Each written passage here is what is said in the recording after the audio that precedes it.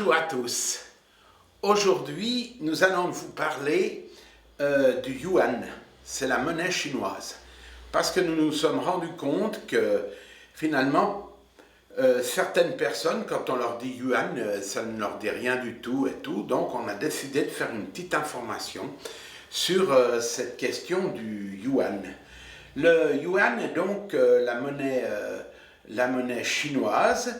Ici, nous vous avons pris deux billets de 100 yuan. Vous voyez, ils sont très beaux, un peu roses, avec le président Mao. C'est inscrit ici. Et derrière, vous avez une représentation de la banque centrale, chinoise. Ici, nous avons extrait ça d'un article où c'est bien précisé que maintenant le yuan entre dans la cour des grands.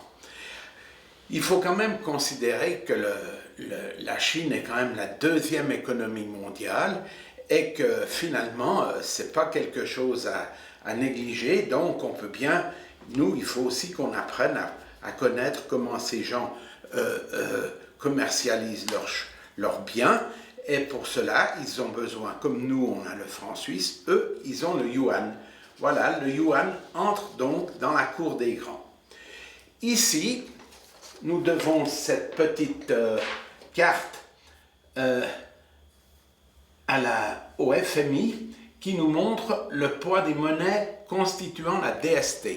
La DST, c'est-à-dire, c'est les 5 monnaies mondiales qui forment à travers le FMI un groupe de monnaies et ces monnaies peuvent s'échanger et elles sont libres dans l'échange, ce qui fait que finalement, elles ont le flottement dû à l'offre et à la demande.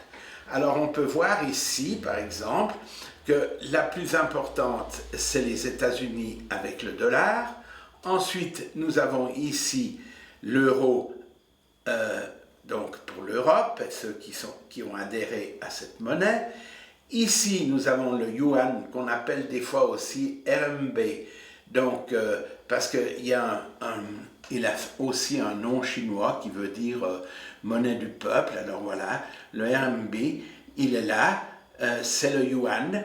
Il représente 10% de la masse monétaire de la DST.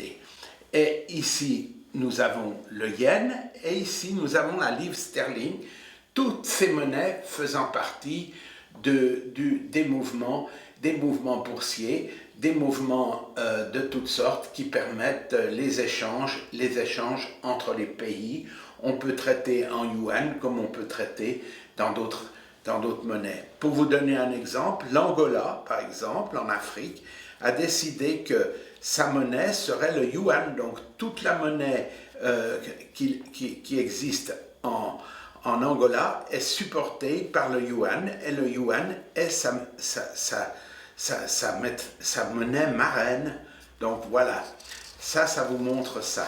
Ce qu'on a voulu vous montrer, c'est que finalement, si aujourd'hui on a le yuan, eh bien vous pouvez voir qu'il y a encore des gens qui éditent à notre époque une carte en mettant nouvelle route de la soie. Comme si on continuait à aller chercher de la soie jusqu'en Chine, alors que finalement ça se fait partout dans le monde, et que mais c'est pas ça qu'il faut dire. Ce qu'il faudrait dire, c'est que ici on voit l'Europe, mais l'Europe ce n'est rien, c'est quelque chose qui a été créé artificiellement. Vous voyez bien que finalement notre continent, c'est pas l'Europe, c'est l'Eurasie, c'est tout ça, et il y aura des moyens de transport extraordinaires. Vous pourrez partir depuis ici, la Faro, vous pourrez monter dans le train et vous pourrez aller jusqu'à Shanghai avec le train en passant par des endroits extraordinaires. Et alors voilà, vous pourrez traverser tout ce magnifique continent qu'est l'Eurasie.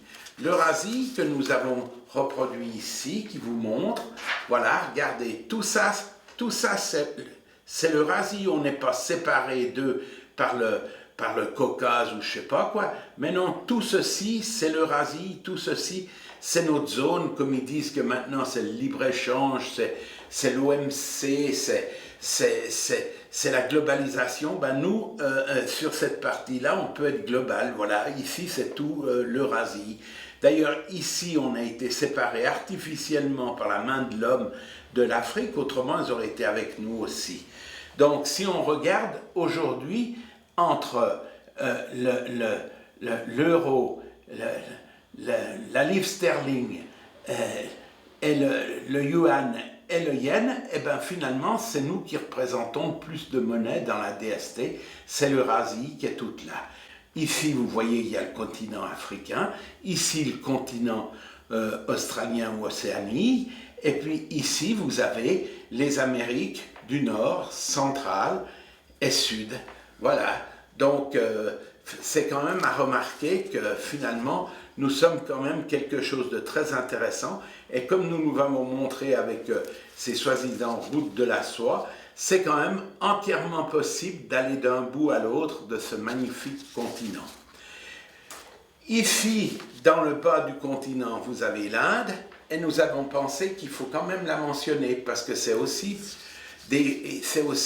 une concentration de gens très actifs qui sont dans l'Eurasie, et on a voulu montrer aussi leur monnaie, la roupie, qui est naturellement moins forte que le yuan, mais qui est là quand même.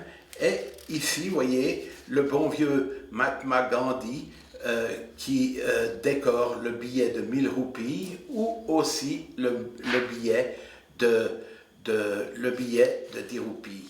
Donc, vous voyez, ça, c'est la nouvelle monnaie, c'est une monnaie formidable.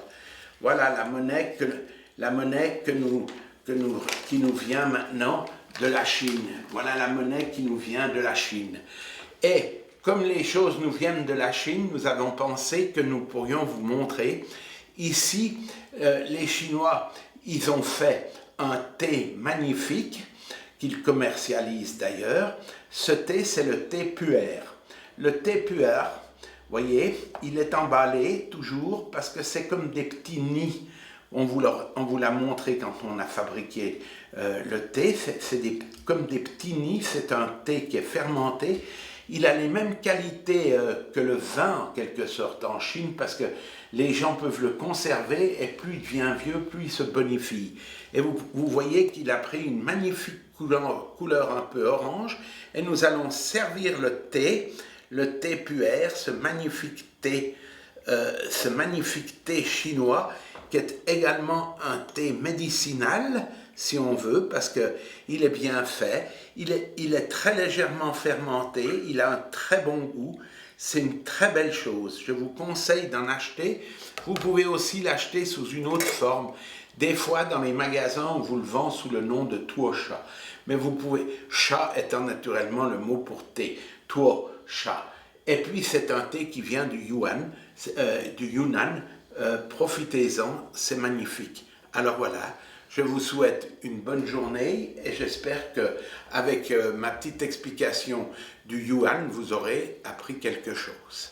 Ceci est du thé pu'er, c'est-à-dire un des meilleurs thés de Chine, qui est toujours conditionné dans des petits sachets comme ça, qui forment un petit nid, comme celui-ci, un petit nid de thé fermenté, que nous allons mettre maintenant, que nous mettons dans notre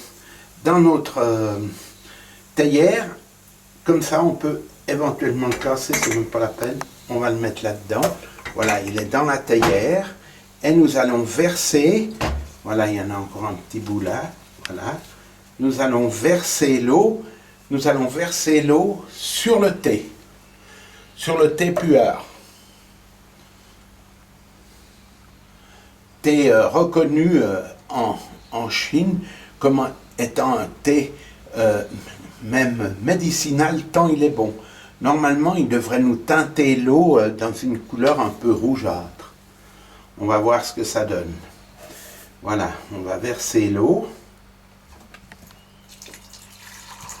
Nous versons l'eau sur le thé pu'er. Voilà.